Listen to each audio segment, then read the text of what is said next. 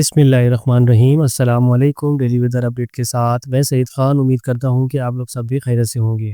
موسم کی تازہ ترین صورتحال کے مطابق بحیرہ عرب میں خلیج بنگال سے آنے والا کم دباؤ کے زیر اثر ایک سرکولیشن بن چکی ہے اور خلیج بنگال سے آنے والا کم دباؤ آئندہ 24 سے 36 گھنٹوں میں اسی سرکولیشن میں ضم ہو سکتا ہے۔ اس وقت بھی سندھ کے مختلف علاقوں میں موسلادھار بارشیں جاری ہیں۔ یہ بارشیں 22 اگست کی صبح تک اختتام پذیر ہو جائیں گی۔ آج لیٹ نائٹ صبح کے دوران کراچی اور حیدرآباد سمیت سندھ کے علاقوں میں ایک بھاری اسپیل کی امید ہے، لہٰذا تمام شہری محتاط رہیں، احتیاطی تدابیر اختیار کریں۔ اربن فلڈنگ کا خطرہ بھی موجود ہے، جبکہ آئندہ 24 گھنٹوں کے دوران صوبہ سندھ کے بیشتر جنوب مشرقی وسطی علاقوں، مغربی پٹی کراچی سمیت جنوبی ساحلی علاقوں میں گرج چمک تیز ہواؤں کے ساتھ بارشوں کے امکان ہے۔ اس دوران بعض مقامات پر موسلادھار بارش کا بھی امکان ہے۔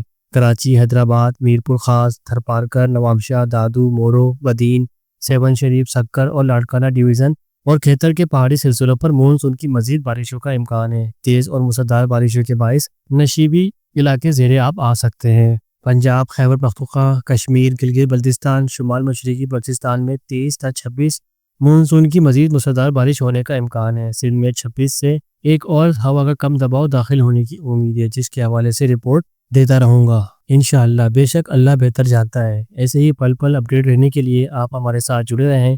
ملتے ہیں نیکسٹ ویڈیو میں اور نئی اپڈیٹ کے ساتھ۔ جب تک یہ دیجیے اللہ حافظ۔